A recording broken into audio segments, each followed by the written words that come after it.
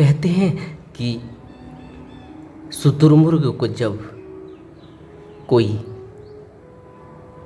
डर सताता है, जब उसे यह आहट होती है कि वह खतरे में है, तो वह अपनी गर्दन को रेत के अंदर छुपा लेता है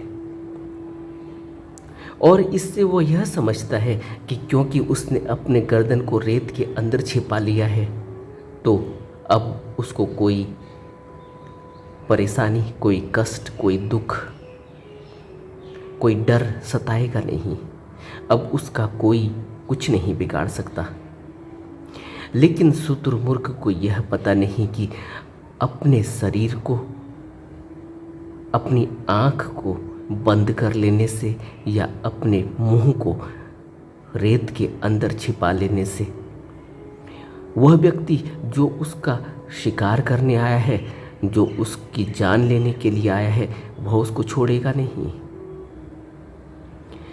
वह शुतुरमुर्ग उस आदमी को न देख रहा हो भला, वह शुतुरमुर्ग उस जानवर को न देख रहा हो भला जो उसकी जान लेने आया है, लेकिन जो जान लेने के लिए आया है, जो उसका शिकार करने के लिए आया है, वह तो देख ही रहा है। और कहते हैं कि इस तरह शुतुरमुर्ग अपनी जान गंवा बैठता है। यह बात शुतुरमुर्ग पर ही लागू नहीं होती। बुद्ध कहते हैं कि मूर्ख आदमी इसी तरह अपना सत्यानाश कर देता है। काम भोग में लगा हुआ मूर्ख आदमी, वह सोचता है कि वह भोग रहा है, वह सोच रहा है कि उसको रस मिल रहा है।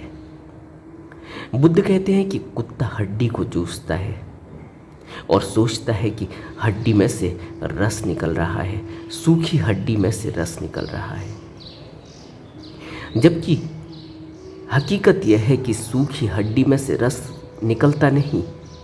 सूखी हड्डी कुत्ते के मुंह में गड़ती है और कुत्ते के मुंह से खून निकलने लगता है और वह अपने खून को चूस रहा होता है और यह समझता है कि इस हड्डी में से खून निकल रहा है, इस हड्डी में से रस निकल रहा है, और अपने ही खून को चूसते चूसते वह लहूलुहान हो जाता है और सोचता है कि हड्डी में से रस निकल रहा है। हड्डी को और ज़ोर ज़ोर से चूसने लगता है, हड्डी गड़ती चली जाती है और ऐसे कुत्ता लहूलुहान हो जाता है, अपने मुंह का बुरा हाल कर लेता है, अपने को आहत पहुंचाता है, अधमरा सा हो जाता है और फिर धीरे धीरे उस घाव में कीड़े पड़ने लगते हैं और कुत्ते की मौत हो जाती है। कुत्ता सूखी हड्डी में से रस निकल रहा है कि गलतफहमी में अपने ही लहू को चूसते हुए और अपने ही अंदर घाव पैदा कर देता है और उस घाव की वजह से ही उसकी मौत हो जाती है। बुद्ध कहते हैं कि इसी तरह से काम भोग मूर्ख आदमी का सत्यानाश कर देते हैं। मूर्ख आदमी इसी तरह से फंसता है। काम भोगों के प्रति तृष्णा होती है मूर्ख आदमी की। इसी तरह से जैसे आंधी तूफान खेतों को हानि पहुंचाते हैं, राग, द्वेष तथा अहंकार मानवता को ही नष्ट कर देते हैं। राग, द्वेष तथा अहंकार बुद्ध कहते हैं कि ह्यूमैनिटी को ही नष्ट कर देते हैं, मानवता को ही नष्ट कर देते हैं। बुद्ध ने मानवता के नष्ट होने की एक बहुत बड़ी मिसाल दी है कि मानवता नष्ट होती है राग, द्वेष तथा अहंकार से। अहंकारी व्यक्ति अपने अहंकार की वजह से, अपने मैं, अपने आत्मभाव की वजह से ह्यूमैनिटी पर चोट करता है। वह कुछ भी करने को तैयार हो जाता है। एक मजहब के लोग दूसरे मजहब के लोगों पर आक्रमण कर देते हैं, उन पर जानलेवा हमला करते हैं। एक देश के लोग दूसरे देश पर आक्रमण करते हैं। एक समाज के लोग दूसरे समाज पर हमला करते हैं और मानवता को ही नष्ट कर देते हैं। मनुष्य के अंदर सोचने समझने की इतनी क्षमता रखी गई कि वह अपना विकास करते हुए भगवत्ता को हासिल कर सकता है, भगवान कहलाने के लायक बन सकता है। बुद्ध ने करके दिखाया और बुद्ध को हमने भगवान कहा। भगवत्ता बुद्ध में खिली, बुद्ध में वह भगवान का फूल खिला। उसी तरह से हर आदमी के अंदर वह विरासत रखी हुई है कि वह अपने आप को पूरी तरह से खिला सकता है, पूरी तरह से प्रकट कर सकता है और भगवत्ता उसको मिल सकती है, वो भगवान का दर्जा पा सकता है। लेकिन राग जब लगता है किसी से तो किसी भी कीमत पर उसको पाने की तृष्णा पैदा होती है, उसको पाने की ललक इच्छा पैदा होती है। और जिस भी व्यक्ति के अंदर राग पैदा हुआ वह फिर ऐसे ही हो जाता है जैसे आंख बंद किया हुआ कोई जानवर। जब हाथी पागल हो जाता है, उसकी आंख बंद हो जाती है, फिर वो कुछ भी नहीं देखता। रास्ते में कोई पेड़ आ जाए, रास्ते में कोई घर आ जाए, रास्ते में कोई दीवार आ जाए, वो सबको नष्ट कर देता है। इसी तरह से जब व्यक्ति के अंदर राग पैदा हो जाता है तो वह भी फिर एक पागल हाथी की तरह, उसको कुछ नहीं सूझता। वह किसी भी कीमत पर जिससे भी राग लगता है उस वस्तु को, उस व्यक्ति को पा लेना चाहता है, किसी भी हद तक चला जाता है। और जब ऐसा होता है तो मानवता ही नष्ट हो जाती है, वो मानवता को ही नष्ट कर देता है, वो इस हद तक गिर जाता है। एक जानवर की प्रवृत्ति उसमें हावी हो जाती है और मनुष्य मानवता को ही नष्ट कर देता है। इसी तरह से द्वेष, जब व्यक्ति क्रोध से घिरता है, जब व्यक्ति दूसरे से दुश्मनी करता है, दूसरे से ईर्ष्या करता है, तो वह मानवता को ही नष्ट कर देता है। उसके अंदर मानव कहलाने लायक कुछ भी नहीं रहता। उसके अंदर सोचने समझने की ताकत ही खत्म हो जाती है, जबकि मनुष्य के अंदर सोचने समझने की असीम ताकत है। इसीलिए उसको सृष्टि का सिरताज कहा गया, सृष्टि का शिरोमणि कहा गया कि इस सृष्टि में मनुष्य जैसा कोई भी प्राणी नहीं। लेकिन मनुष्य कहलाए जाने के बावजूद मनुष्य जो हरकतें कर रहा है, मनुष्य जो कर्म कर रहा है, वह मानवता को ही नष्ट कर देते हैं।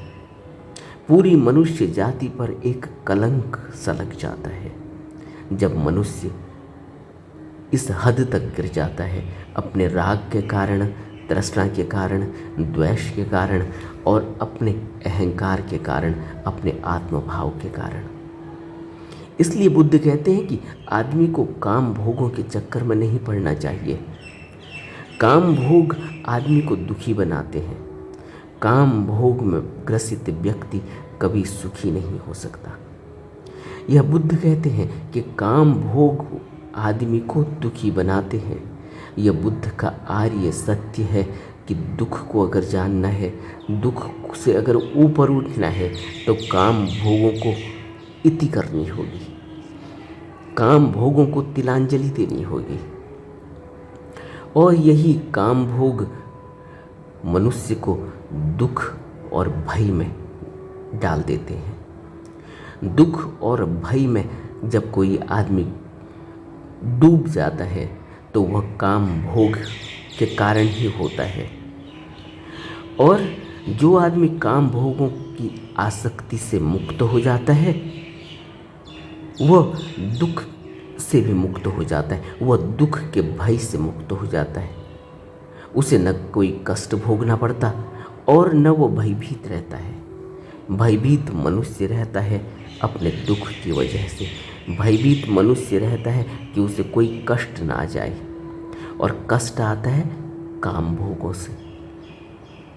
इसलिए बुद्ध शुरुआत करते हैं कि काम भोगों के चक्कर में नहीं पड़ना चाहिए, क्योंकि काम भोग मनुष्य को दुख में डाल देते हैं, और दुख में जो ग्रसित हो गया, दुख में जो चला गया, दुख जिसको आ गया या दुख का डर जिसको सताने लगा, वह व्यक्ति भयभीत होने लगता है। इसलिए बुद्ध कहते हैं कि आदमी को दुख से निकलने के लिए काम भोगों को पूरी तरह से छोड़ना होगा। और जो आदमी अहंकार में ही उलझा रहता है, उसके अंदर ध्यान भावना नहीं घटित हो सकती। आत्म भाव से ग्रसित व्यक्ति कभी भी ध्यान भावना नहीं पैदा कर पाता। क्यों? क्योंकि उसका अहम इतना ज़्यादा है, उसका मैं इतना ज़्यादा है, वह हर जगह अपनी वाहवाही लूटना चाहता है, वह हर जगह अपनी बड़ाई मान बढ़ाई चाहता है, और जहाँ से भी मान बढ़ाई नहीं आती वो वहीं दुखी हो जाता है, द्वेष पैदा कर लेता है। इसलिए ध्यान भावना वहीं घटित हो सकती है जब अहंकार न हो, जब मैं भाव न हो, आत्म भाव न हो। जब सर झुका रहे तभी ध्यान भावना घट सकती है। इसीलिए बुद्ध ने सबसे पहले बुद्धम शरणम गच्छामि कहा, सरेंडर। जिसने सरेंडर किया, जिसने अपनी गर्दन नीचे की, जिसने अपने सिर को झुकाया, उसी व्यक्ति के अंदर ध्यान भावना घटती है। और जो व्यक्ति ध्यान भावना के उद्देश्य से किसी गुरु के पास जाता है, सबसे पहले उसे अपने आप को सरेंडर करना होता है, अपने आप को नतमस्तक करना होता है, अपने आप को समर्पित करना होता है। और जिसने भी समर्पित किया, उसके अंदर ही ध्यान भावना घटित हो गई, क्योंकि उसका मन शांत हो गया। समर्पण से शांति घटित होती है, मन की शांति।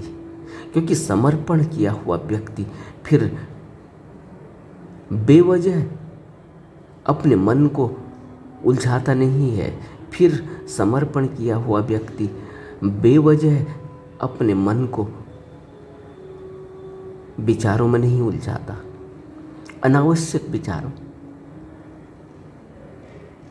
जहाँ उसका कोई लेना देना नहीं, जिससे उसके ध्यान भावना में फर्क पड़ता है, उसकी ध्यान भावना ग्रसित होती है, ध्यान भावना में असर आता है, ध्यान भावना कम होती है।